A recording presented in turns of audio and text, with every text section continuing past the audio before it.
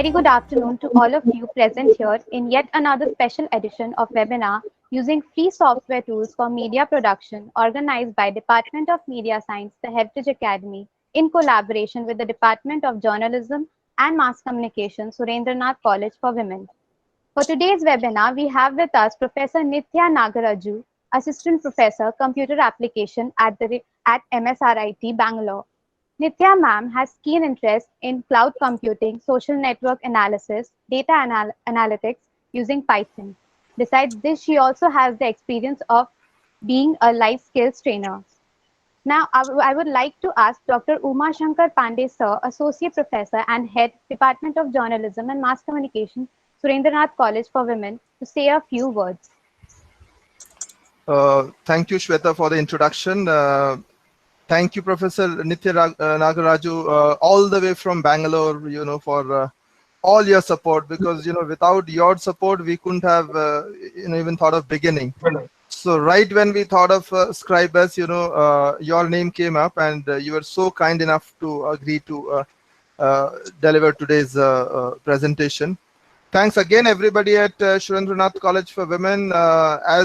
Like every day, I will just take their names out once again. Professor Satyabroto Paul, Professor Shabani Mukhopadhyay, Professor Ushu Shirai, Professor Konka Mujumdar, Professor Atoshi Bhattacharya, Professor Ananya Sen, Professor Jyoti Shah. And thanks everybody at Heritage Academy. I think we should ask Madhubadi to speak a few words before the presentation begins. Thank you, Dr. Pandit. Yes, it's a difficult day for us because generally in office we are all there, the technical are all there. But today we are spread out. But welcome, Nithya, Professor Nithya. We love to have you today. And big thank you for agreeing to be part of this for the entire 4 days. Mountain, and thank you for being part of it. Yes, over to you for the space conduct the session. Thank you so much. Thank you so much. It's a real honor to be able to talk to all of you guys. I'm really glad to share whatever little I know about Scribus. I'll try to help all of you to create a document from scratch till a good all the various components and all. I will be doing a hands-on on my system, so I would like to share my screen so that everybody gets a view. So to start with, can I start? Yeah, please, ma'am, do. This is my PPT. We'll start a few things in the PPT and then we will go to the tool. Is everybody able to see my screen? Yeah, we can. Okay. So what will you learn in this course? You will learn about desktop publishing. You will learn about how to create a layout. You will learn about graphic design, and you will also learn about how to give your documentation to a proper printer to get it printed on a professional level. Then what are the prerequisites? You need a computer, you need internet, and you need to have an interest in designing things. Then this course is for anybody who likes to write or create their own online documentation works in a presentable fashion. So all these things actually journalists do as such. So I thought I'll put you as combining everything. Okay, from here we can actually stop the slides because I'll be taking the course from here on as a hands-on. So what is desktop publishing? Desktop publishing is something that is creating a document online. So why do you have to create something online? Because it gives you the freedom of making changes and it is very cost effective. Now, if you go back to 25 years where they had this cameras with the tape, if you all remember. So when you have this cameras with the tape, what generally happens is these are costly tapes and they had to be taken care of a lot. They should not be exposed to sun. They should not be taken out. And there used to be a lot of care that goes with the handling of this tape. So we had very few people who were actually into photography and all that. But then with the revolution of having a digital photograph, the advantage of a digital photograph is that you can have, it is very, very cost effective, and anybody can actually take a photo and make additions, and the process was made much simpler. So especially in times like this where everybody wants to go digital, it is very easy or convenient to create a document online in a presentable way. So Scribus is an open source. Now, there are many conceptions about open source. Generally, they think it is free. And yes, open source is free. But when you use the open source for a professional level, that is when you have to see what license it has got. Because most of these licenses come in play even for freeware if you use it on a large scale. Suppose you are starting a newspaper on your own, and if it is only in a local place or local area, it's fine. But when it becomes a huge subscription, something like the Hindu or Times now, then you will have to share your profits with people around. So that is when your licensing will really matter. But for anything that you are doing on your own, or you are creating a small birthday card, or even for your creation of marriage cards or brochures for a workshop, so these kind of small activities, you don't have to worry too much about the licensing part of it. And most of the software is for free. Now, with that, so Scribus is an open source, as you all know. So what you have to do is, I will share my screen so that you know. So you have to start finding out the place where you can download. So you go to www. The normal place where we start is Google. You say Scribus. So Scribus.net. So when you open the Scribus, so this is a particular Scribus. So when you say something is for open or it is an open source, there is a lot of community support. That means this entire package or the tool is created by a community. There are a group of people who work and develop this Scribus. So there is not a single ownership like you have for Word. Suppose you say Microsoft Word, then it is a Microsoft proprietary thing. But when you say open source, there's no one single owner. It belongs to a community of people who are very interested in design, and they come up with the different features of the Scribus. They develop it. They release versions time and again to increase the usability of the tool. So you have to open the Scribus.net. You have to go to Get Scribus tab. Now in Scribus, we have two options under this.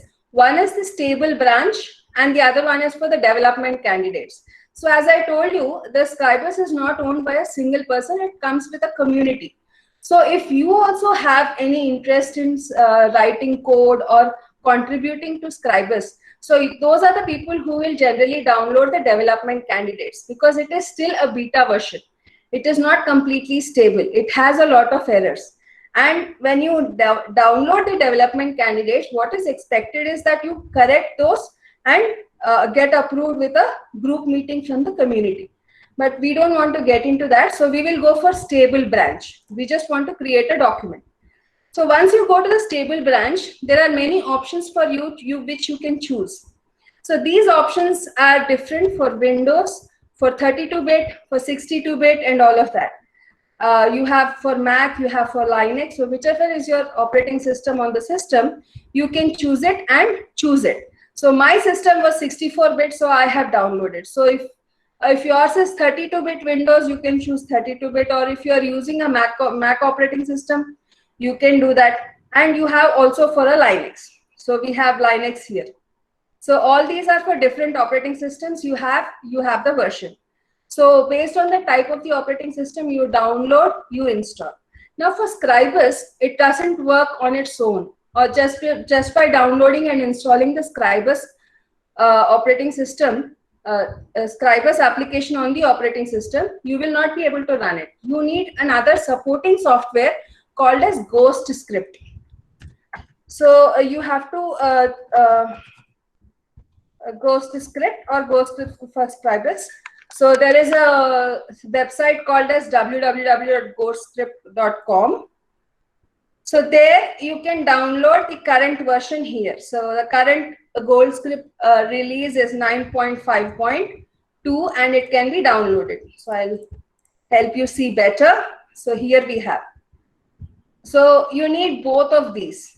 And the installation process is very simple. They will take you like it is installing any general application on your system. It takes you to the process of finding a source where you can install it in the system and you can start the script.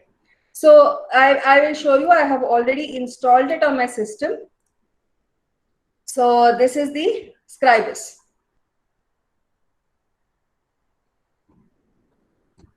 Okay. So the first, so you have to get till here. So you should download first the Scribus, then you should download the Ghost Script to come to this screen. Now, this screen I will tell you elaborately what it is. So first you have a new document. That is, you are starting your document from scratch. Now, if you don't have that much of time, you can also choose any of these brochures or templates which are already there. So these templates, you can choose any one template and you can start off from there if you want. Then you have an open existing document. So this is where you can open any already existing document that you have done halfway. And this is where you have recent documents that you have. So we have 4 options here. Now we want to start it from scratch. So we will go for the new document link. Now in this new document, the first window is the document layout. So in this document layout, we have 4 options. The first one is single fold, double-sided, 3-fold and 4-fold. So based on the type of the document that you want, you will choose any one of these 4. So a single page is a single page like in a book. A double-sided is something like a brochure. And 3-folded will be a proper brochure for any workshop that we do. And 4-fold is for a bigger, if the information is more about a brochure, then you will go for a 4-fold. So you have to choose any one of these based on your application or whatever is the document that you are preparing. So as of now, we will choose the single page. Now here, when you come to this side of the Scribus, you have various options, like you can choose whether to have a landscape or a portrait. Portrait is vertically longer, landscape is wider. Then we have the size of the page. Now, if you are in a place like America or something, then you can choose. They generally go for legal or letter format. But in India, we generally have the format of A4. That is the standard size for any document or paper that we do. So next is the width and height of the page. Now, before you change the width and the height, you have to come to something called as default unit here. So this is where you can actually give a measurement of how you want to have the measurement in the page. So whether it can be points or millimeter or inches or centimeters, how you want the scale to be. So this is your first step. So based on your convenience, you can choose a measuring point. So that is your default unit. So I will probably choose for inches, and I will choose, I want a 6 inches wide page and 9 inches high. So I will type in the values here. So 6 inches in wide and 9 inches in high. So that is done. Now I come to the bottom page. Now here I have a margin. So we all know what a margin is. So margin is for a place in the middle of the page where we can have all our contents. Now contents, you have a left margin, right margin, top margin, bottom margin, based on the type of the printer or based on the type of the binding, whether it is left binded, right binded, top binded. So based on all of these criteria, you choose a margin. So here you have this chain link here. So if you connect this, then for all the margins will be the same. Okay. So if I say, suppose it is 5.5, right? So it is 0.55 inches now. So if I make any changes having the link intact, so you can see that if I change one, automatically all the other margins also will be the same. So that is about the margin guide. So if you want separate for left margin, right margin, different values for these margins, then all you have to do is click on this link to release the text boxes, and you give different values for the margin values. Now the second important information that we have here is called as the bleed. Now what is a bleed? So bleed is a small extra portion that goes outside the margin towards the corner of the pages. So if you go to any professional printer, what they do is they actually don't make the size exactly as you have told them. Suppose I'm telling here, I want a page size of 6 inches in width and 9 inches in height. So he will not go for the same size. So he will put a slightly bigger page, and then after printing, what he will do is he will cut my pages to the size. So he will properly cut it to 6 to 9. So that extra bit that he gives beyond the margins and beyond the paper of my exact size, that is called a bleed. So when you have a bleed, whatever is in this bleed, you should know that it is automatically going to be cut off. So, but then why do you need a bleed? Suppose you have a background image for your document. So it is always advisable to, if the background is a gradient or a single color background, you go a little into the bleed so that your background is uniform through the document. But if it is an image, then you don't go into the bleed, because if you go into the bleed, when your document is printed, this part actually gets chopped off. So this is for convenience. So, and any typical printer will give you these margin guides to you. So any printer, or if you are doing a document professionally also, those people will tell you how much margins you need for the document. So based on those techniques also, you can change all of this. So technically what happens, the bleed is around 1 to 5 inches on the corners. So I have got the chain attached. So once I print 1 to 5 in the top left corner, if I remove it, you can see that all my other left, right and top margin, bottom bleeds are also updated. So this is the information you have to give before setting up the document. So here, even if you make slight changes, you can always edit back. So there is no problem. So that is about margins. So you have to select whether you are creating a single page document, double-sided or whatever. You have to decide on the width and height of the page that you're creating. And you also can tell how many pages is your document. This if you know, you can specify the number of pages here, or if you don't know, as you create the document, you can keep on adding pages. I will show you how to do it. The next is the inches, that is default unit. So whichever measurement you are comfortable, whether it is centimeter or millimeter or inches or points, you can choose here. So the entire measurement of the document will be done in that unit which you have selected for. So after setting all of this, all you have to do is say okay, and it creates my, okay. So this is how it looks like if you're starting, because I've already worked on it for a few times.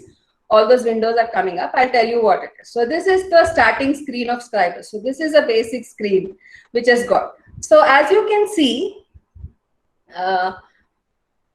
so this is how it looks like. If you say fit to height, so that I can see the entire document. Now this is my margins. The blue area, the blue border is my margin. So this is the line, and the red line is also called as the trim line. And whatever is the gap in between the red line is called as the bleed. So if you have a background image, you have to be very sure that it doesn't go beyond this bleed. If it goes beyond this bleed, remember it is going to be chopped off. So if you have an image and you pull it beyond this bleed, when it gets professionally printed, the image is cut on all the four sides, which doesn't look good unless it is a gradient or a solid color background. So this is the interface of Scribus. This is what you will see. Now we will go to all the options. So it is generally looks like any Word, MS Word that I think most of you have worked on. So we have a file option. So in file, we have different, same like Word, we have new from template. We can open, save, close, import, export, print. So in edit, again, we have the same options. of redo, undo, copy, paste, color, just like Word, you have edit text and all of that. There are a few of here which we will like colors, replace colors. I will tell you as we go create the document when we can use all of this.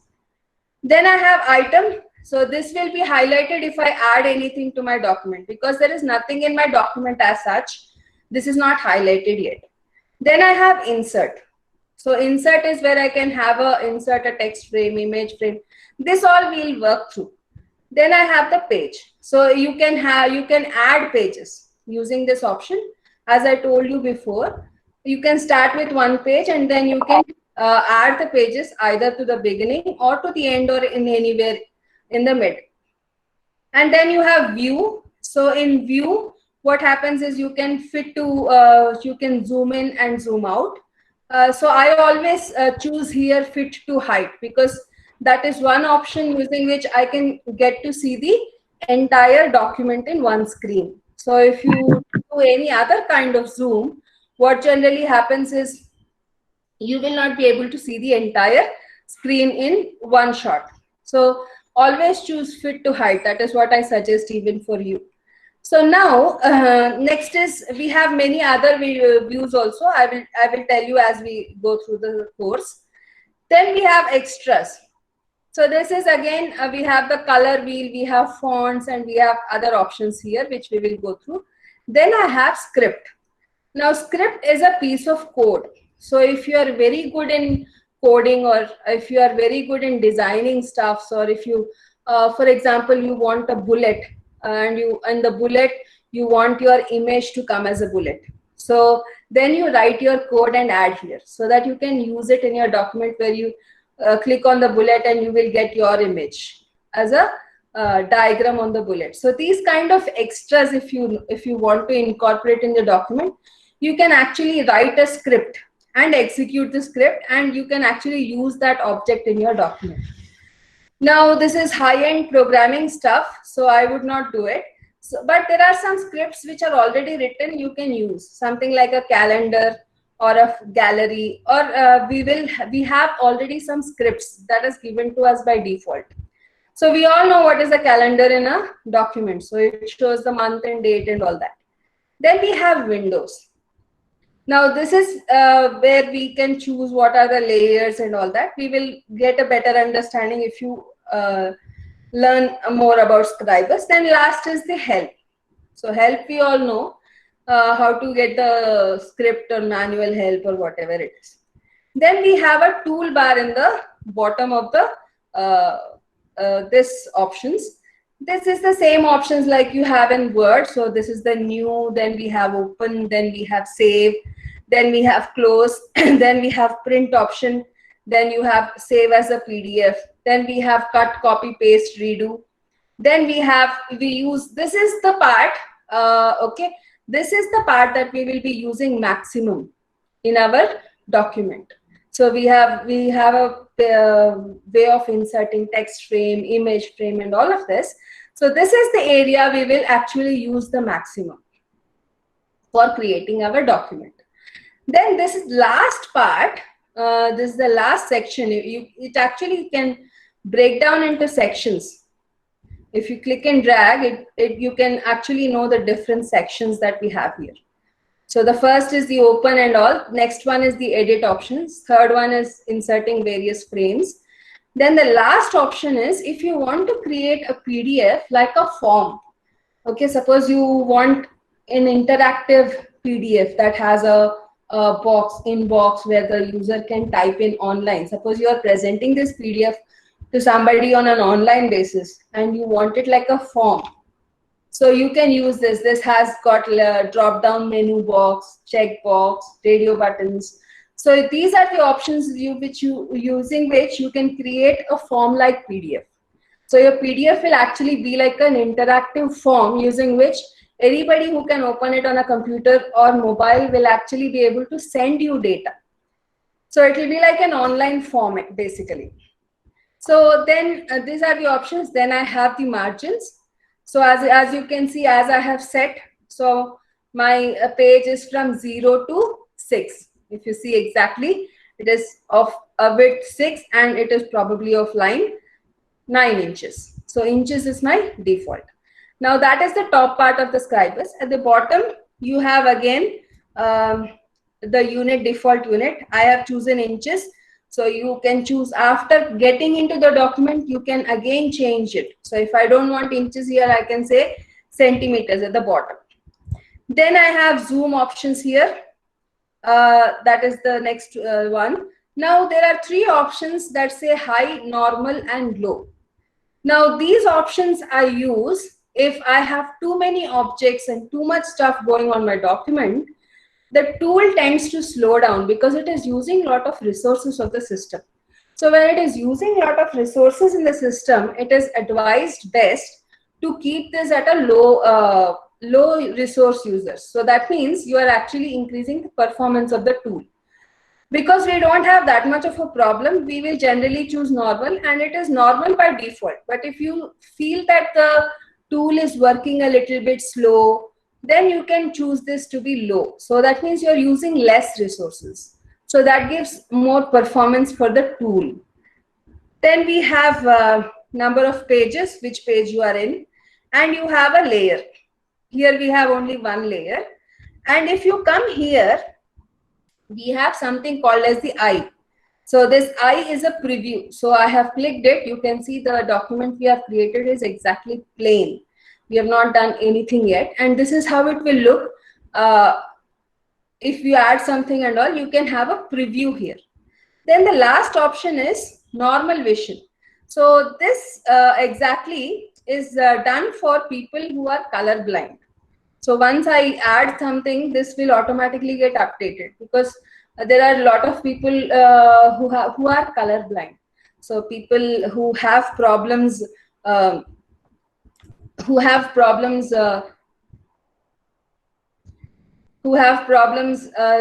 looking at different colors on the screen. So they have issues of various colors. So based on your color blindness, you can actually set it to create your document properly. So that is another option. So this is the interface of Scribus. Now when we are at it, I would like you to do a few more things. So you always have snap to guides. I'll tell you what it is. In page option, you always have this clicked checked.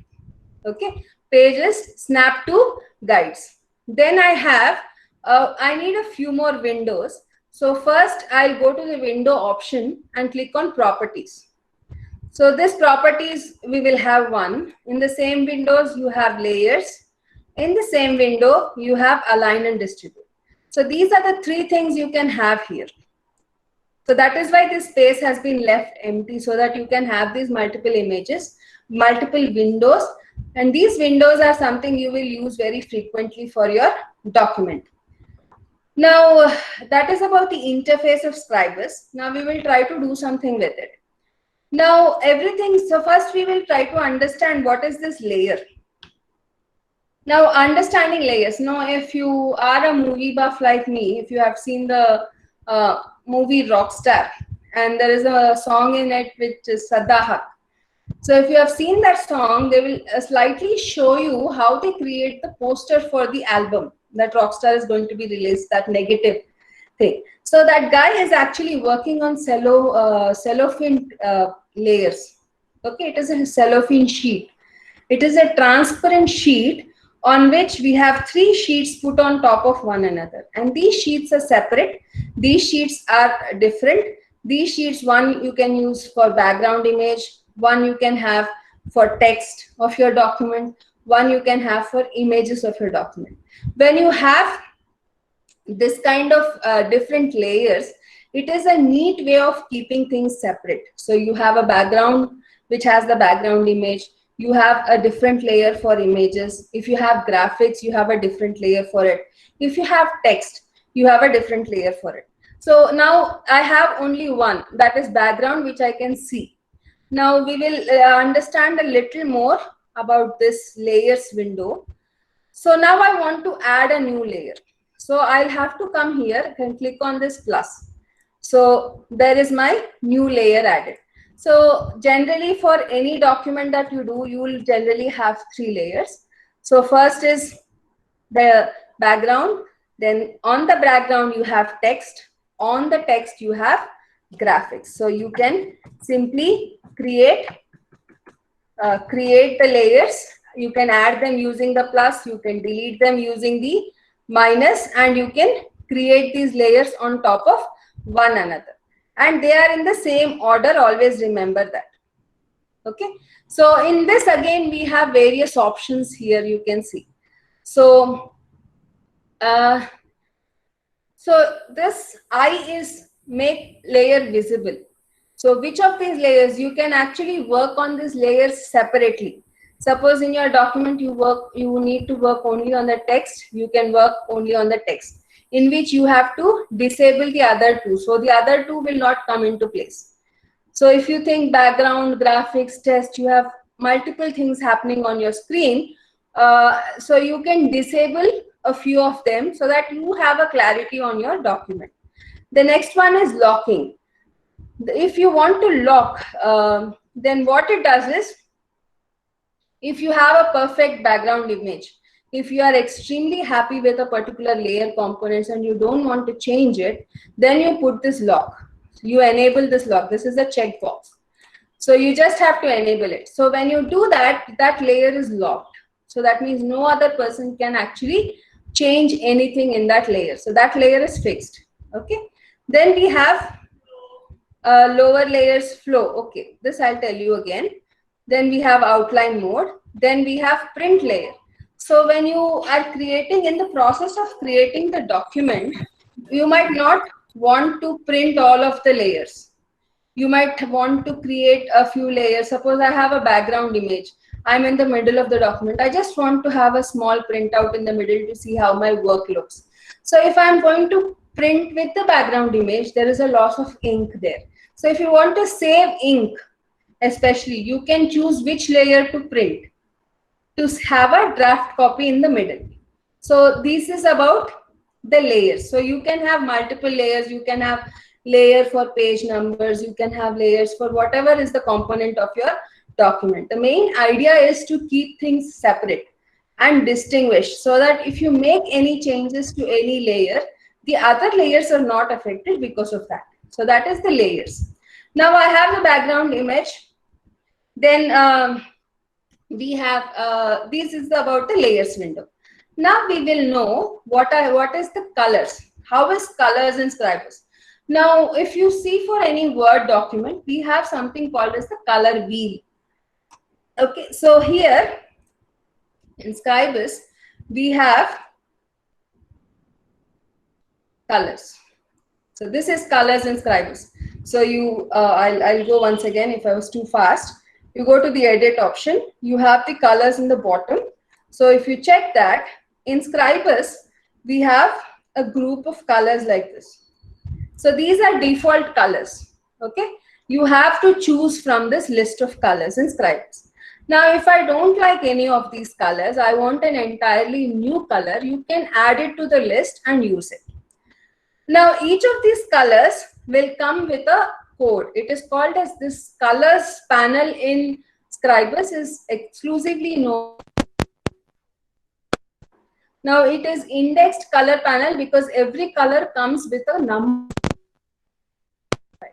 So when I have this, you are creating a document for a company who is very particular about their colors in the document. All they have to give you is these numbers so that you can simply enter in the Scribus and get that exact color. So there is no confusion.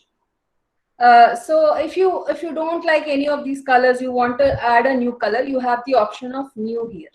So when you click on this new, it will open up another window. So the first is, suppose I want to add the color of orange because I don't see it in my list here. I will add orange here.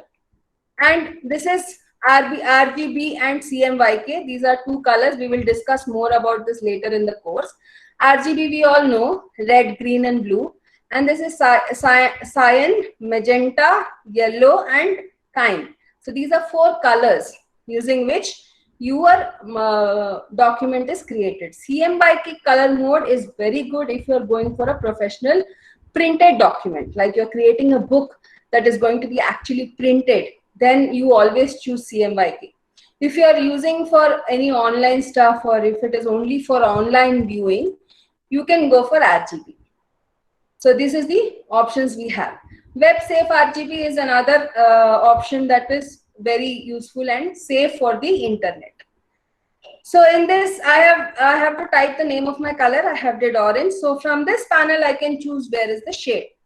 So I choose any shade, whichever I want.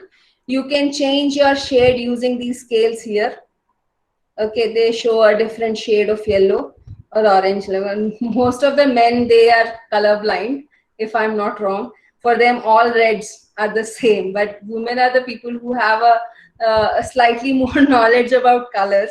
No offense. So if you want to create a new color, okay, women would know it better than men. That's what I meant. So you have a particular shade and you select the shade. You can change, you can adjust the shades based on this scaling here. And when you think your color is right, you click on OK.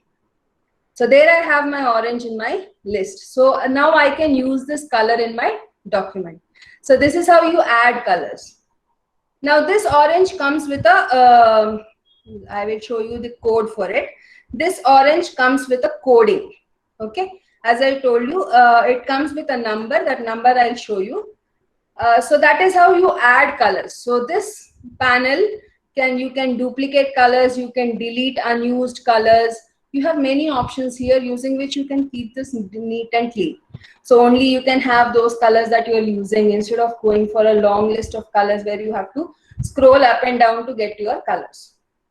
So once that is how you work with colors in Scribus. So I have created a new color called orange now. I'll say OK. And that is about colors in Scribus. Now we will understand, we will go to the next section, which is the text frame. Now always remember, Scribus is not a word processing document. It is not like your general Word where you open, click somewhere and start typing. So Scribus, everything is a frame. Everything is a frame. So this is the panel I told you before. This is the panel we'll be using most. So here if you come, I have the first option is select item. The second option is insert a text frame. Now how I will do is I will just click on it. I will come to my document and click and drag anywhere in the document to create a text frame. Now this is a text frame, so it will contain some text. So the simplest way to add text is you create the text frame, double click on it and you start typing. This is Nitya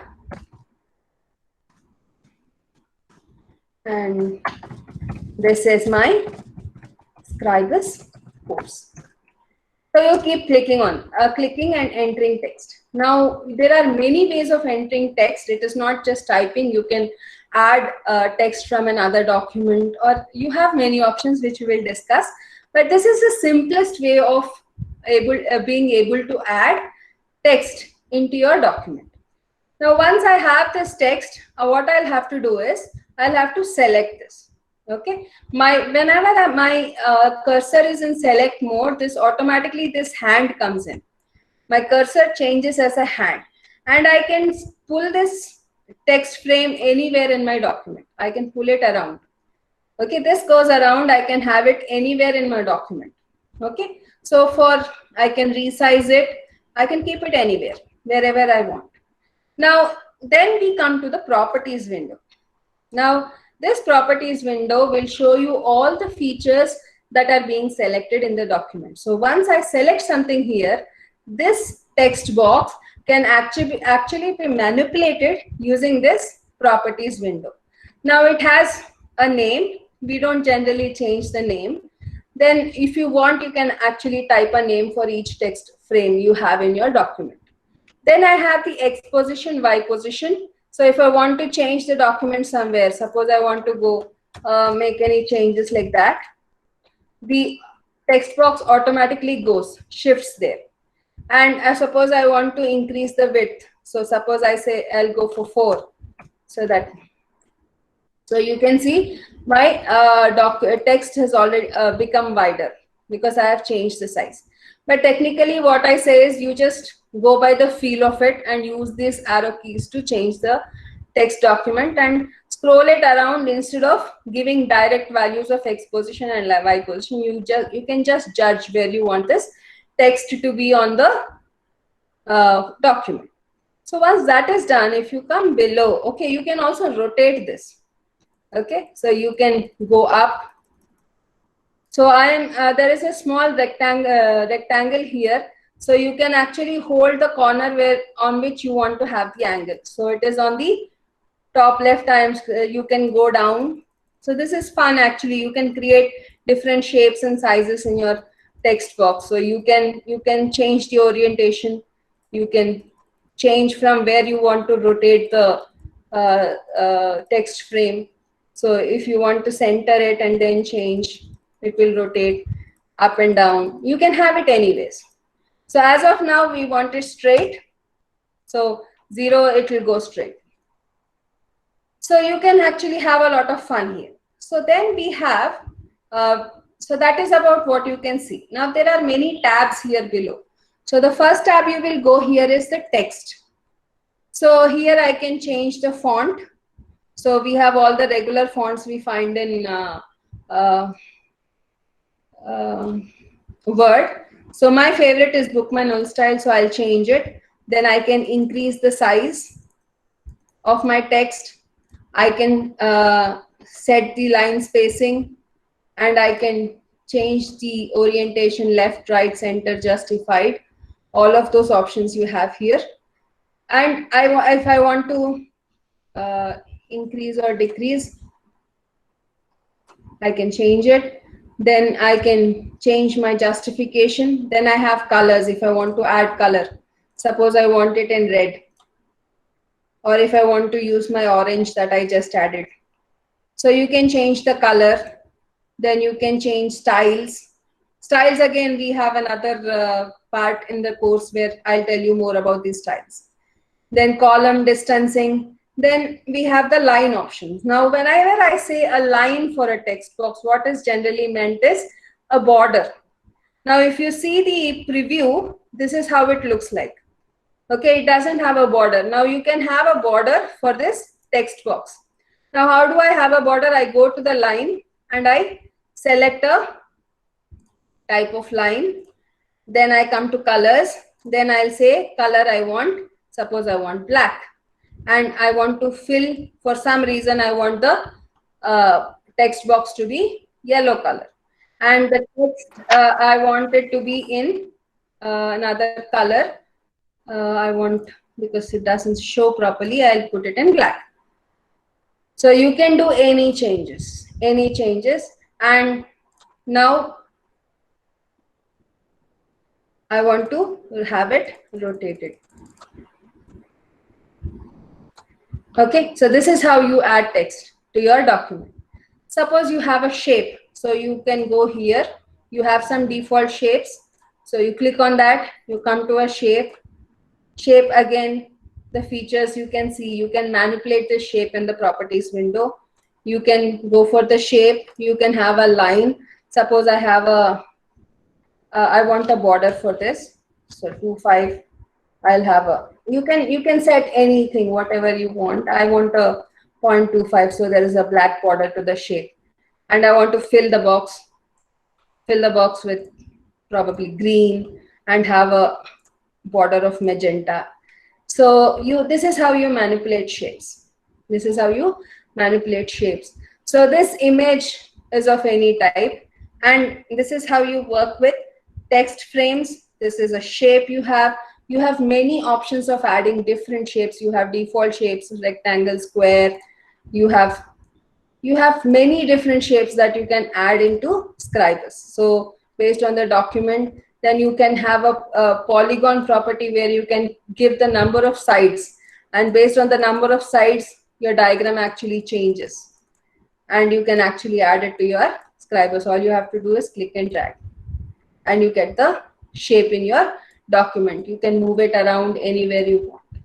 So this is how basically you create text frame using properties window. So anything you add, any frame you add, whether it is text frame, image frame, whatever it is, these properties can be set in the properties window. Now, after going to that, I have, okay, so we will go to the next thing. I will show you how to add text in different ways now. So I'll just delete it. Now I'll add a text frame. Okay, so this is my text frame. Now, when I say, I told you about having this option of snap to guides. Okay, so what happens is, if I create an object and go to the corner of my margin, the object actually snaps to the page margin. If I don't have that option checked, okay, then it will be very difficult. It will grow around here. It will be moving around. Now, when I say snap, it will directly go and sit there. I don't have to work too hard to get it to the corner of the margin. So that is why I told you to have the snap to guides selected. Now in this, again, you can have a text box. Now, another very important way of entering text into Scribus is by right-clicking on it, on the text, and you say edit text. This opens another new window, which is a word processing. Okay, this actually is word processing. We will learn more. So for the sake of giving you an example, I will add some sample text to my text box now. So how do I add sample text? I will right click. I will go to sample text option. So I speak English. So I'll say English. I will say, okay, 10 paragraphs, random paragraphs. And I'll say, okay. And there you have it in your text box. You have 10 random paragraphs. Now, if you look at this, if you are again a movie buff like me, this is from the movie Dracula. So this is a script from Dracula movie, which is automatically added. So when I say now, right click and I choose the option of edit text. Now there you have it. So this is my edit text. Here I can give style to each line. Okay. The styles, again, I'll tell you how to have different styles. By styles, you mean, suppose I have a heading of my document. I have a different way of different font. My heading is always bigger. Or if I want to change the way my paragraph is being displayed. So all these styles, you can set it here. I'll tell you how to do that in a while. And this is where you can actually copy paste. So suppose you have another document from which you want text. You just copy it from there and paste it here. So this is the proper text processing screen, which is like your Word. Okay. So if I make a few changes here, okay, suppose if I select the first paragraph and increase its size, and for seeing the changes in your main document, you always have to select this green tick. Okay, so you have to update the text frame. So now you see the first paragraph is a bit more. Okay, so now there is not just one page for your document. You will generally have multiple pages, and on which the text flows from one text screen to the other text screen. I'll show you how to do it now. Suppose this is only a one-page document. I want to add a page. So I will go to page option. I will say insert. Now this opens a window where I can tell how many pages I want to add. I want to add only one page. Here are the options where I want to add it. Whether I want to add before the page, after the page, or at the end, or anywhere in the middle. So I will say after the page. I will choose after this page, and you will say okay. So there, if you use your mouse roller, you can actually scroll to your text up and down. So I have another page at the bottom. Now, if you see this text screen, text frame properly, you will see a small X box here. Okay, so what does that actually mean is the entire text that you have selected, that is, I have selected 10 paragraphs, is actually overflowing this text frame. So I have to accommodate all the text. So if I print this document, people should be able to read it properly. So now in this case, I have some text which is going out of this text frame. So that is why I have this small X. So on the second page, I will create a text screen. Okay, using the same process, I will create a text screen here. And now I will connect these two. So whatever is extra in this text screen, I will automatically send it to the second text screen. Okay, so how I will do it, I will select the first text screen and then I will go to the option here. So it says link text frames. So I will click on this option. I'll come back and select the second one. Now you can see whatever was extra in this text frame has automatically flown down to my next text screen. So you can actually create the entire text here. Now so once your entire text is fitted, you can see no X sign here. If I go up, okay, then you will see a small X that comes here that shows that extra is there and the entire text is not being displayed. So this is how you can create a complete document by linking the text frames one after the other. You can delink also.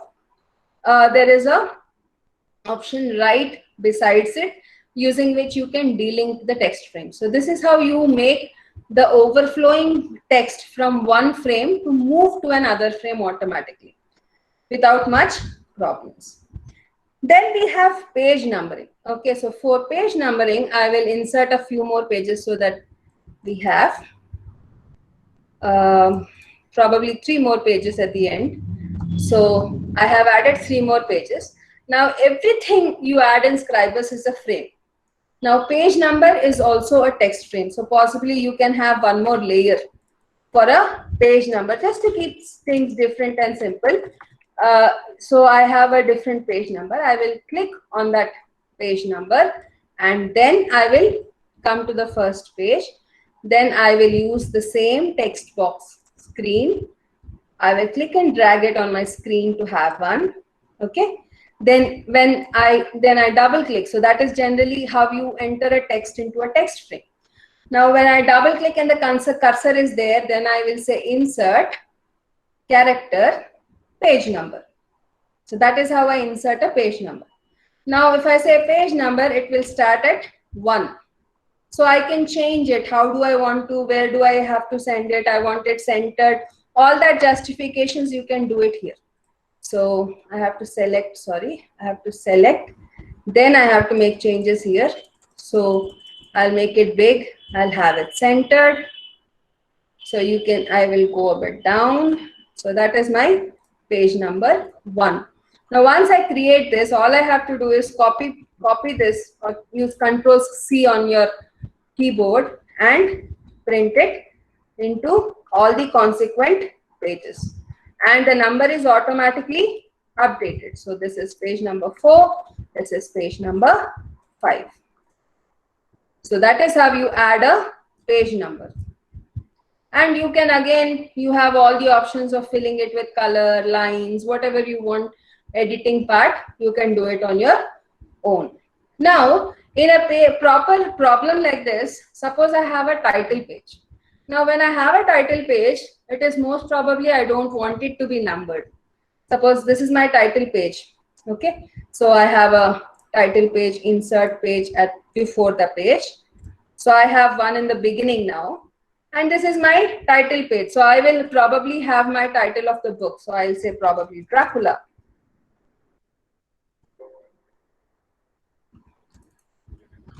So I'll have Dracula. That is the name of my book. All right. So you always have to select it before you make any changes for it. So this is my title page. Now title page should not be numbered, but if you go down, this is showing 2. So I don't want this to be 2. I don't want this page to be numbered. So what I do is, in Scribus, to have a document like this, to not have page numbers, I go to File. I have an option of Document Setup. So in Document Setup, I come down to Sections. So this is where you can divide your entire document into sections and you can tell which section to be numbered and which section to be not. So the first one is automatically, I will say it is the title page. So it starts from 1 to 1 and I don't want it to be shown. So that page is not counted. Then to add, I will go down, I have an add button. Then I have the body. document, body of the document, or anything, any name you have, and it starts from page 2 to the end. Okay, so you say apply and you say okay, and now you can see that the page number is automatically starts from 1. Okay, so this page is not being counted, just like you will have for any document that you will create. So that is how you can have sections of your document with page numbers and sections without page numbers. So that is basically if you have a diagram or if you're starting a new chapter in your book. These are pages that don't need to have page numbers. We don't find it useful there. So this is how you can have part of the document numbered and part of it not numbered. So next is the document visuals.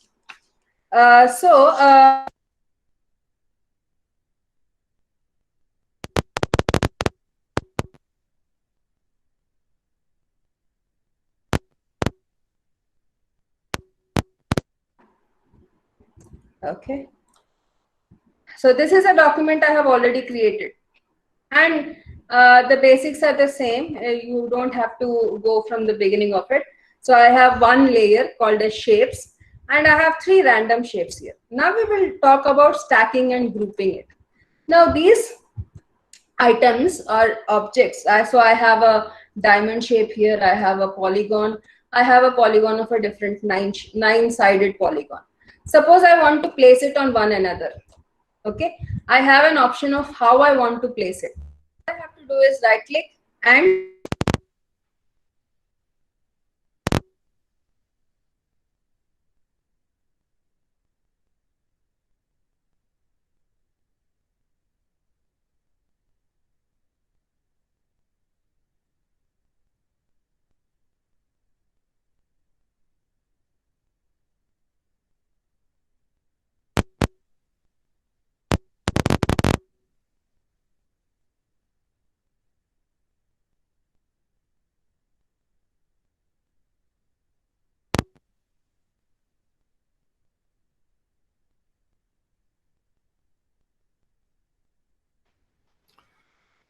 Can you hear me, Professor Nitya? Hello? Hello. Yeah, now we can hear you. Your voice was, not there. Now we can hear you. Oh my God. For how long? No, just for 1 or 2 minutes. It's there. It's there now. Okay. Thank you. Right, yeah. Thank you for that. So I have created a new document. Well, let me start from the beginning of the section if you have missed it. So these are the 3 shapes. Okay, you can have any document with these 3 shapes as such. And there's something called as stacking and grouping. So stacking.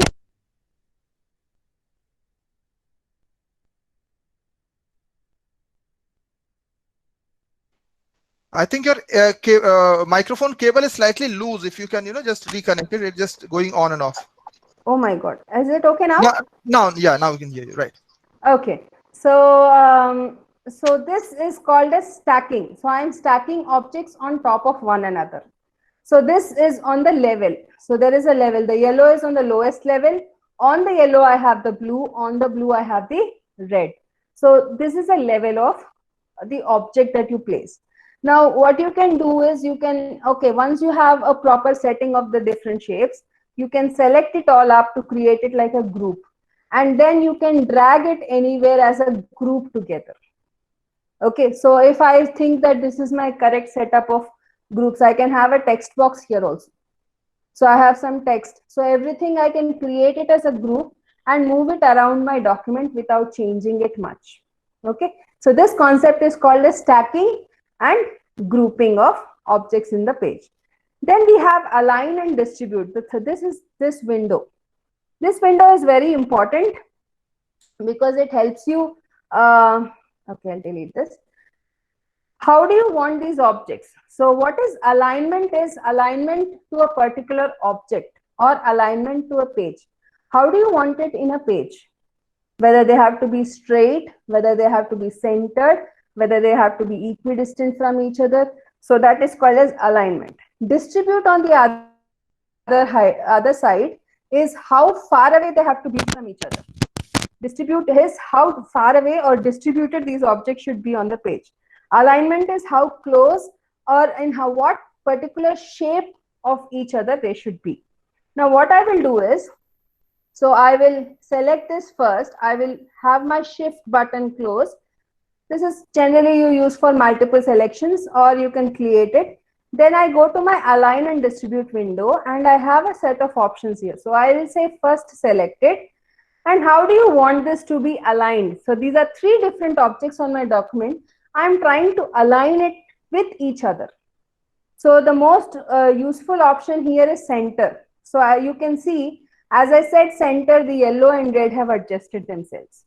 So they have aligned to the center of the first selected. Now, if you look at the selection process, what I followed, first I selected the blue one. So these other two objects will align themselves relative to the position of the blue image. Now, if I don't want it to be like that, I want them aligned to the page. So I want them to be centered in the page. So instead of first selected, I can actually say page. So when I say page and use the same option, now you can see they get aligned in the center of the page. I can have them aligned to the center of the page, or if I want them aligned to a particular blue, okay, I've put it on this corner. Now I use my select shift button, select all of it.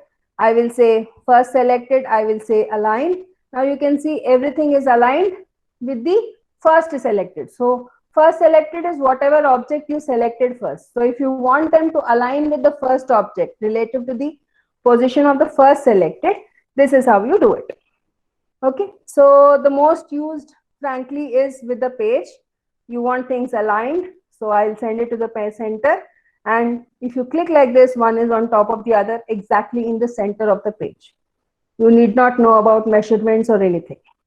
Now, you can actually see. So you can again pull it out separately.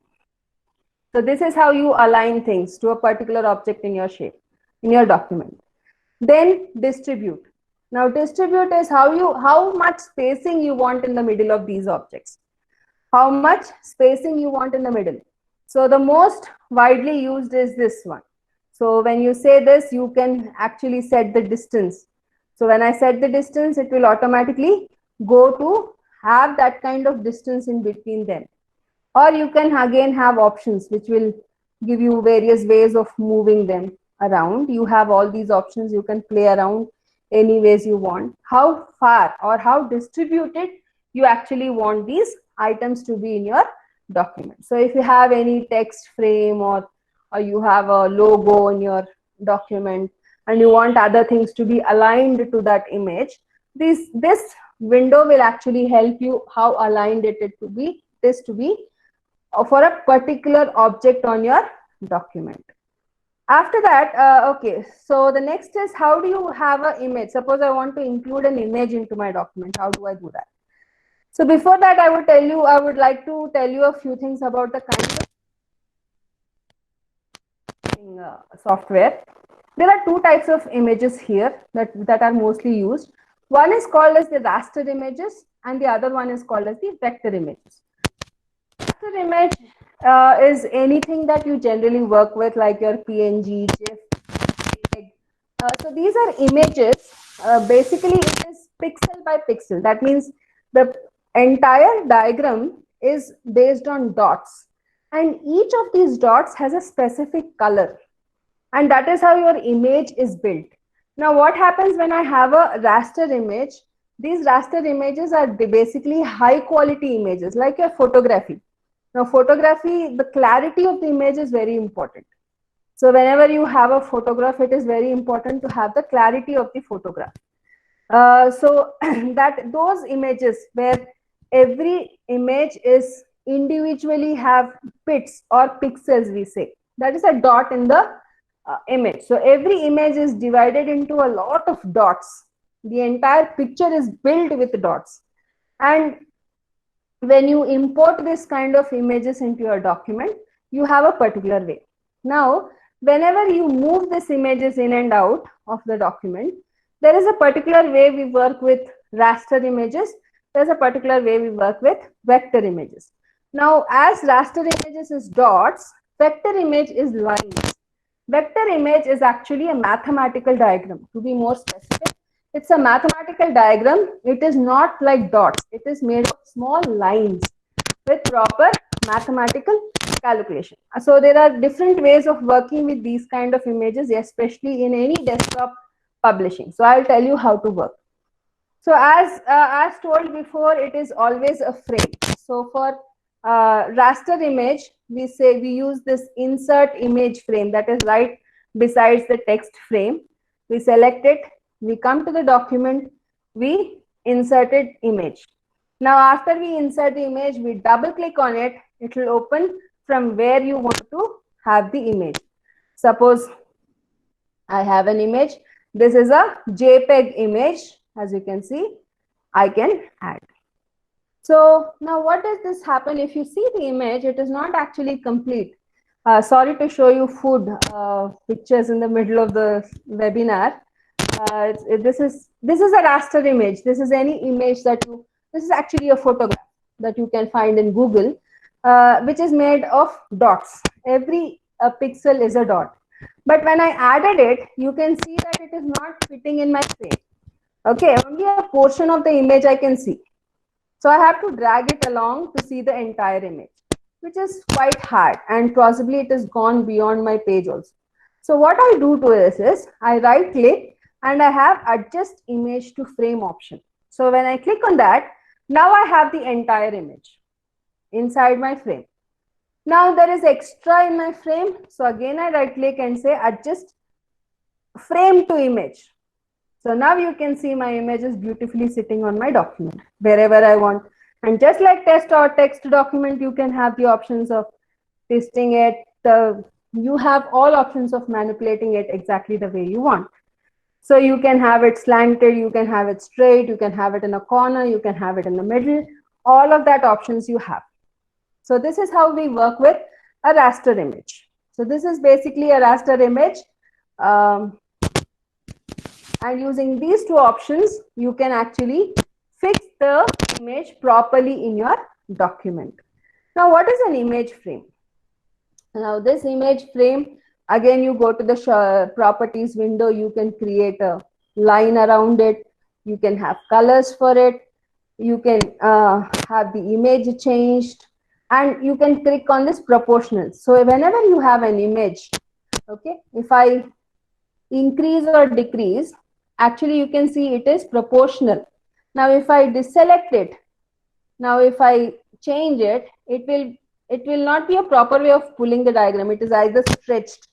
So when I say proportional, when you stretch it also, the image is not stretched, it is not distorted. It will increase and decrease proportionally. Okay, so that is how you always see that this proportional has to be clicked, checked, or else your picture will look like stretched in your document.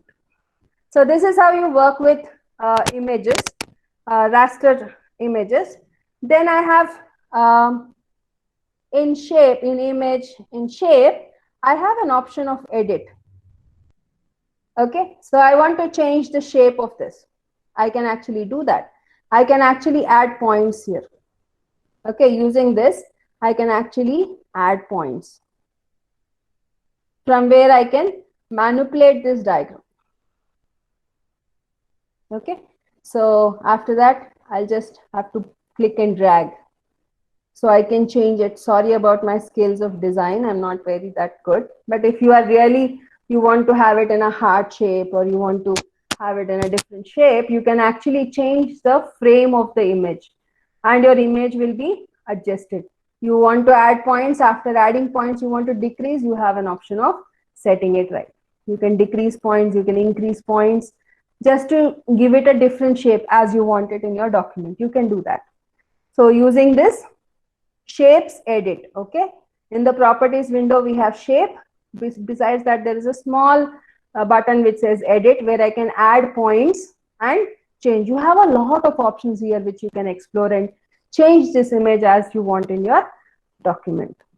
Now, that's about raster images. Now about vector images. As I told you, it is a mathematical diagram. So I will give you an example of a vector image. I have one. So let us open it. So when you have a raster image, you actually draw an image frame to import that image into your document. But when you have a vector image, you don't have to have an image frame. You can directly go to frame and you can say export, or sorry, import get vector file. Okay, so I have a sample vector. No problem. I'll just have to go, and that is my vector image. So this is a vector image. Now, how will I know it is a vector image? I can scale it up and down. The image is not distorted, or there is no changes in the color, and this is a perfect image. And this image is made of lines. I'll tell you what are these lines. Go to shape, edit. You see these points on the diagram? That is where it is lined. Okay, you can change the colors of this diagram. You can have cyan, you can have blue for cool black. You can change the colors. You can have warm white. You can change it as you want it, and you can see that it is very clear. It is unlike any photographic image. If I do so many changes to a photographic image, then there is a lot of distortion in it. But in a vector image, because it is a mathematical diagram having points, okay, so these are the different points. I can actually change these points, and I can change my diagram as I want it. You just have to click and drag. You just have to click and drag as you want it. You can add points. You can have your own points. You can click and drag, and it will change as per your way. And you say end editing. So I have changed the vector image that I have. So the clarity of the image is a lot different. And it is a vector image. You don't have to create an image frame for it. You can directly add it. You can decrease its size. You can increase its size. You can increase it. You can move around the document without a frame. Okay, without a frame. That is important. Vector images don't need a frame. Raster images need a frame to embed it. Now, suppose, okay, so another important thing is, suppose I have to, okay, so let me create a text. Let me create a proper document for you so that you know how to actually create one, because everything is in bits and pieces. So this is my text image I have added. I have added some text. Let us go for sample text. I'm English. I'll add some 5 paragraphs. Okay, so this is my paragraph. So I'll properly place it in my document. And now I'll have a image frame. Okay, I'll add a layer. So I'll change the name to text. Text. I'll add a layer on this. This is my image. Just to keep things separate. There's nothing beyond that. Okay, so now, okay, I'll show you how to send objects from one layer to another. Suppose I am still working in the text layer. In the same mindset, I create an image layer, image frame here. Okay, I create an image frame. I double click. I create the Dracula image. Then I have to adjust the image to the frame to the image. All this is done. Now I have realized that I have added this object or the image frame in the text layer, correct? So I want it in the image layer now. So what I do is I select the image, I right click it. You have an option of send it to layer where I can select image. So as soon as I say it, it is gone to the image layer. Now I am in the text layer, I cannot access this object. All right. So to access this object which is on the image layer, you actually have to go to the image layer. Then I can manipulate the image. Now, what another important thing that I use in my documents, which is very important, is to how to make the, now this image is on top of my text. So whatever text is below this image is gone. I cannot use it or I cannot see it. Now I want this text to go around this image, not under it. So I can do that by saying shape, and I can edit. So I can create multiple points so that I get the image closer, because there's a lot of empty space in the image that I don't want, which is, so I want like this. or I'll get it closer. Sorry. Okay. Again, if you're good in designing, you should be able to do this much better than me. So you can, I just got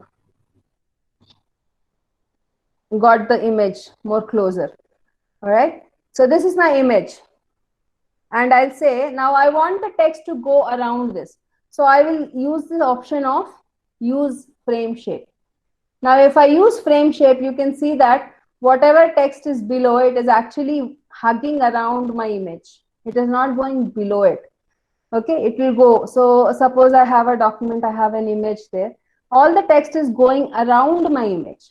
It is not going under it like before.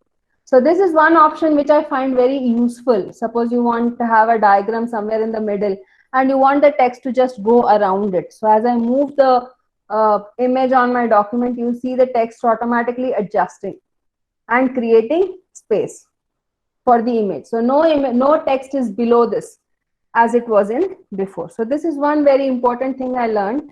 If you want to have image in the middle of the text or something like that. Then that's about images. Now suppose you want to create a master page. So what is a master page? Suppose you have a document which is got the same pages. Okay, so let me create a document of that type for you first. So okay, so we will delete this. We'll start from scratch. So the first is my background. On my background, I have my text. On my text, I have my graphics. This is basically how you have layers, 3 basic layers. Now I want to have a background image. So I have, I will open an image. I will go into the bleed because it's a gradient image. I'll double click and I'll say background. So this is my background. I can pull it off, pull it properly so that it covers the entire document. And that is in my image. Now I come to my text. Now when I come to my text, I don't see what is behind this image because this image is in the way. So what I do is I click this. I disable my background image. So now I am in text image. So here I will create a text box. And to speed up things, we'll add a sample text. For you, you might have some data of your own. We'll have some proper text. All right. So I will go to the edit text. Now this will have a name, probably a title, and it is automatically updated. Edit text. I want to have a different text size. So I'll select this. I'll increase the points, and I'll say okay. Okay. So this is my master page. Okay. Now I have background. I'll create another layer called page numbering. Why not? We can have any number of layers. These are all cellophane tapes that go, cellophane sheets that go one on top of each other. So for page number, so I have a background image. I have page number. Okay. So text, we will have different text for different page. Now I'm creating the master page, so we don't have to need the text. I have a background which is there. Now I have come to a page number. So how do I insert a page number? I click on the sheet. I create a page number. I double select till I get the cursor. I say insert character page number. My page number is there. I go to text, make changes to it. First I have to select it. Okay. I select it. I make changes to it. I get it in the middle of the page. And this is my default page. Okay. So I will say, I will right click and apply to master page. Okay. So you have the current page, you say, okay. So that is how you create a master page. Now, whenever I have to insert a page, okay, you have to go to page. You say convert to master page. I'm sorry. It is page option, convert to master page. You can give a name, you can say BNN, and you say okay. So this is my master page. Now if I want to add a page, I'll say insert, I want 3 pages, use the BNN template. So I can use the master page. If I say okay, you can see 3-4 pages with the same template. So this is how you have a uniform template across your document. So this is my background, this is my master page. So any pages I insert, I can use the master page to have a uniform template throughout my document. So this is how I create a master page. Now the last thing I would like to discuss is about styles. Is it okay if I extend to another 10 minutes? If that's okay, just another 10 minutes. Please do, ma'am. Please carry on. Another 10 minutes so that I can just finish it off. Sure. Please do. So the next thing is styles. As I told you before, how do you create styles? So you create a text. You go to the text layer. You create a text box. You write. And how do you create styles? Now for styles, you have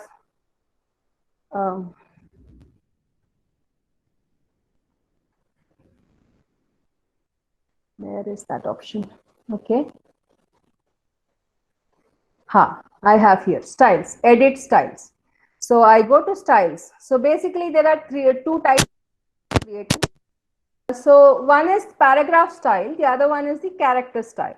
So paragraph style is a style for the entire paragraph. How do you want the entire paragraph to look like? You'll have a particular font, you'll have a particular font size, you'll have a particular color. So you can specify a particular style for a paragraph. You can have multiple styles for your heading. You want headings in the same size. And as you keep adding headings and text to your document, if you have a specification like this, you need not go back and forth. All you have to do is come to the story editor and change the style or update the style according to the document. So if you want to create one paragraph style, what you do is you select the paragraph style, you go to new, and I want to create a paragraph style. So I will say heading. So I want the heading, that is the name of my style. I want to have in automatic line spacing. I want to have, this is not on default. So you can have it justified, right? You have different options. You can set margins, how the margin of the heading should be and all of that. And you have created a style. Okay. So you say apply. So I want a particular style. It is automatic line spacing with 15 points is the size of the font I have given. I say done. Okay. So you can see that in my style manager. Now I want to create one more style for my body. I'll say paragraph style. I'll say body. I'll give it a name. And I want the body to be slightly less than my heading, which is regular for all documentation. I have so many options. You can explore all of these options and you say done. So I have a style for my body. I have a style for my heading now. So I'll say edit.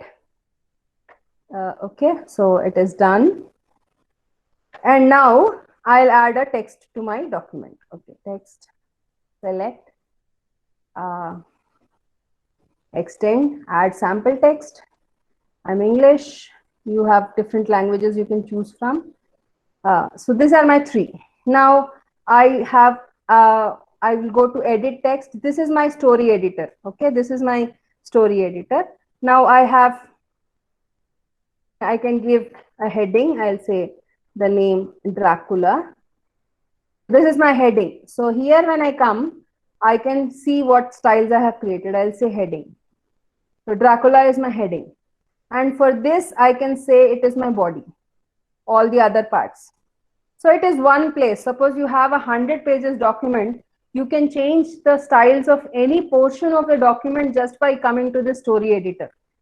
And changing the style here will automatically, see, my text box in the document is automatically changed. So this is my heading style, this is my body style. So you can actually have justified it to the middle and create styles like this of your own. You can have a different style for your body, you can have a different style for your heading. So all those styles can be created. Now, so that brings almost an end to how you use the various frames of your text for scribers. You can have images, you can have text, you can have images, you can have different objects in your document.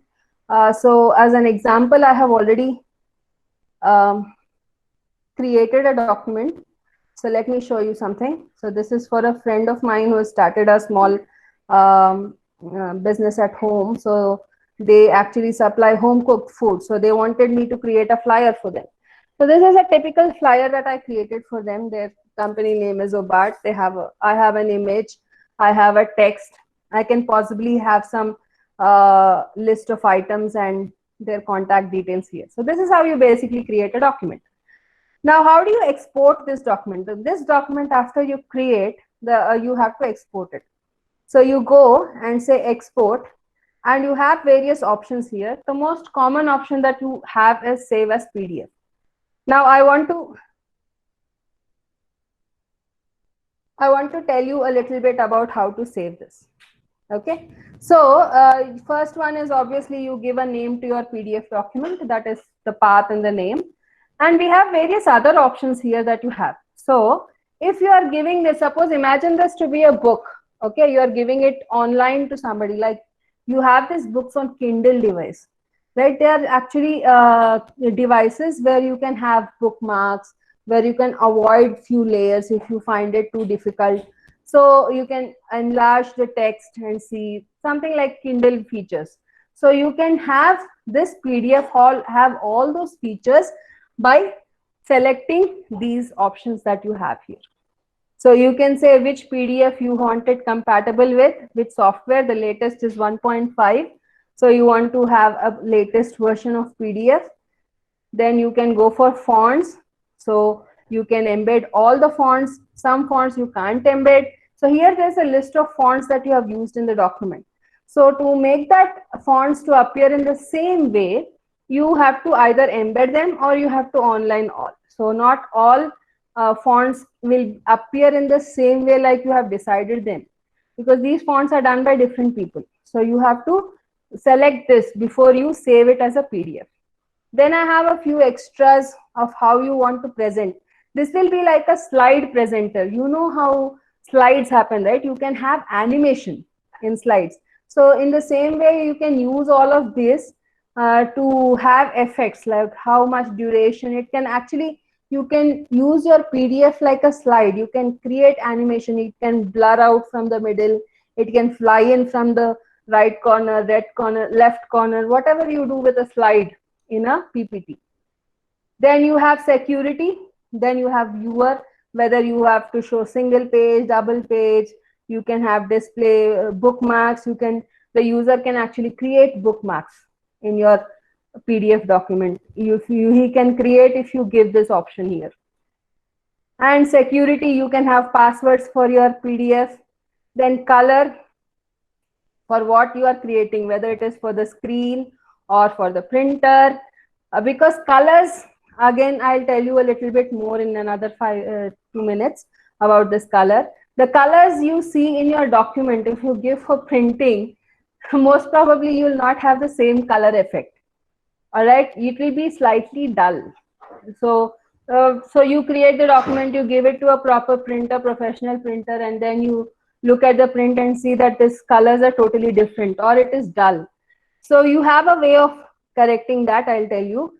But when saving only, if you select it properly, whether it is for a screen or whether you want it printed or whether it is grayscale. Grayscale is basically black and white.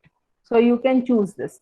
So I'm using a screen, and then I have crop marks, all these points. So, but this is for pre-press. That means this is for the printer's convenience. So he will use all of this. He will have bleed marks so that he exactly knows where he is cutting the document and all of that.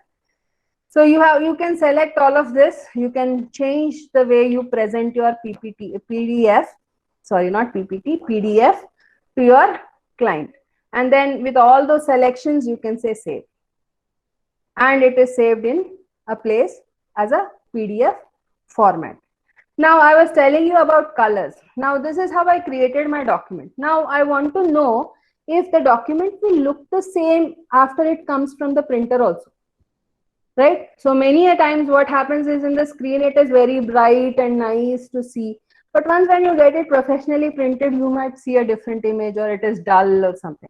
So we have a small color option in the right bottom corner. So you have to enable it. It turns into color. And if you keep it pressed for long, you have configure CMS. Okay, so this is an excellent option. Okay, this is advanced settings actually. If you are generally doing it for a web page or something online material, you need not know all of this. But these are all general printer features. So if the printer you are using will have all of this. So based on all these features, you can actually select features according to your printer, the actual device on which you are printing the document, to get a PDF or a printout which looks closely similar to your document. Here, I have selected, if you see, simulate printer on the screen. I have this option here. So it will actually show the exact diagram, how it looks after it comes from the printer. So if I disable this, you can see it is a lot brighter. And if I enable this, the system automatically goes a bit dull. So if I give this document for printing, this is actually how it is going to look like. And once I get a feature like this, then I will probably change an image, go for a more defined, clarified image, and I can do possible changes without having the shock of getting a different dull image after I actually create the document. So this is how you save. So you can export it as a PDF, and then from there you can either or you can send it online. So this is how you create a document from scratch using images, text, shapes, manipulating them, letting the text move around the frame, and all of the details that I've told you to create amazing, proper PDF files that look very good. You can create your own workshop brochures and all of that. I, being a technical person in my college, I'm completely into coding and programming. And then suddenly I was made this technical magazine editor. So every year we release a magazine, technical magazine from the department. And I was totally dependent on my students, and you know how students work, right? So they are there sometimes and not there most of the time. So that is when I wanted to learn something like this to create a document. And now all my technical magazines, I just collect articles from the students and create my document on my own, and it has come beautifully. And it is very easy, and importantly, it is free. And you can create amazing workshop brochures, flyers, business cards, any document on the screen, off the screen. It is very easy for you to use this. So this is a bit about Scribus, as much as I know from scratch, how to create and how to have it properly done. So you can if you have any doubts or any clarifications, I would like to do it. And for those people who have found it too information banging, hammering types, I've created the PPT as well, which has okay, color of the code. Color of the code is in the panel. I have a doubt in the color. So I say new. So these are my percentages. These are my color options. So cyan. So when you say CMYK, they give you percentages of colors. All right. So this is my color, new color. I can say it is sky brown. Okay. Or if I have a proper number, I can set the percentages, change, and say OK. So that color is automatically added. So if I want to edit, I can again go and change the colors. I have all color kit. So these are the numbers. All right. So this is a number, how you can see for all the colors. So I have the color here, I have the number here. Is that clarified? So I think I have clarified that doubt. Can we create an, yes, you can create. You can absolutely create an interactive PDF through Scribus. As I told you, these are, okay. So I want, this is the text panel. Okay, close this. This is the text panel you have here. So this is a text box. You can add objects, you can add buttons. So this is a button, all of this you can add here. This is a drop down, PDF combo box, list box, you have that list down, right? So all that you can create. This is a hyperlink, you can have hyperlinks on your PDF. Hyperlink is that line, that text which takes you to a website. So you have the OK button, push button, submit button. So all of this, once you create here, you have to go to preview mode to be able to see it. This is on top of a text box, so you're not able to see it. Okay, let me try. Okay, so I have a button. I have the properties. I can change the shape. I can write a text. I can do all of this using this. All right. So here I have, this is a text field. So you can enter a text here. So probably I'll have a name here. I'll have a text box here. And you can create this in an interactive way so that the users can actually enter this. Go enter it like a form. Like a form it is. Basically, it is like a form. Then any other doubts I can clarify? Yes, you can divide into columns. That is basically you have two text boxes put on one side, one besides the other with shapes exactly dividing the half, because you have the margins and all. You can divide the content into columns. How to animate certain sections? Yes, I have told you, when you can animate it when you are saving the page. So once you create the document, after creating, when you are exporting it, right? So when you are exporting it as a PDF, you have this viewer here, you have the extras. So here I can enable presentation effects. I can have presentation effects like you have for your slide, right? So the text comes flying from the left, right? All that animation and drama you can have for your PDFs. Using this option here, the extras option, when you are saving the PDF, that is not anywhere here, that comes in the end when you are saving your document as a PDF. Any other doubt?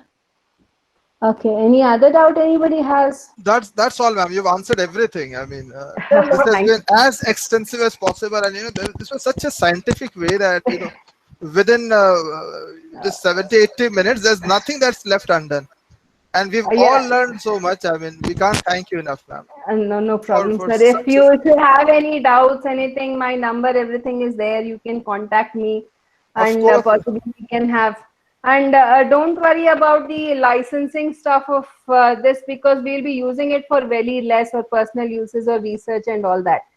Unless you are going into a very big scale, like you have your own newspaper as big as the Hindu and you're making a lot of money, then the Scribus community will probably catch you and ask you for a donation. But if you are having a business as big as the Hindu, then probably you'll also have a CA who will take care of all the stuff for you.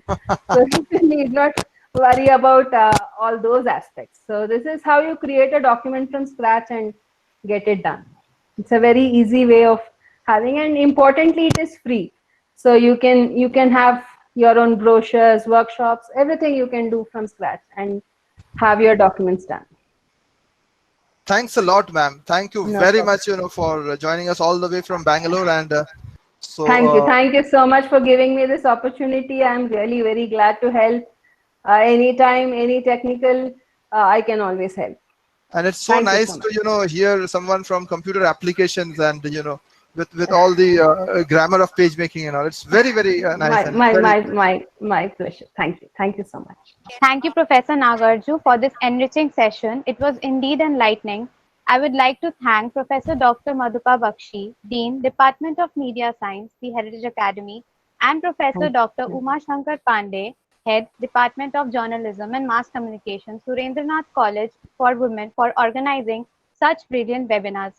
It's a wrap Thank you for so all of us now, and myself, Shweta Gupta, I'm signing off for today.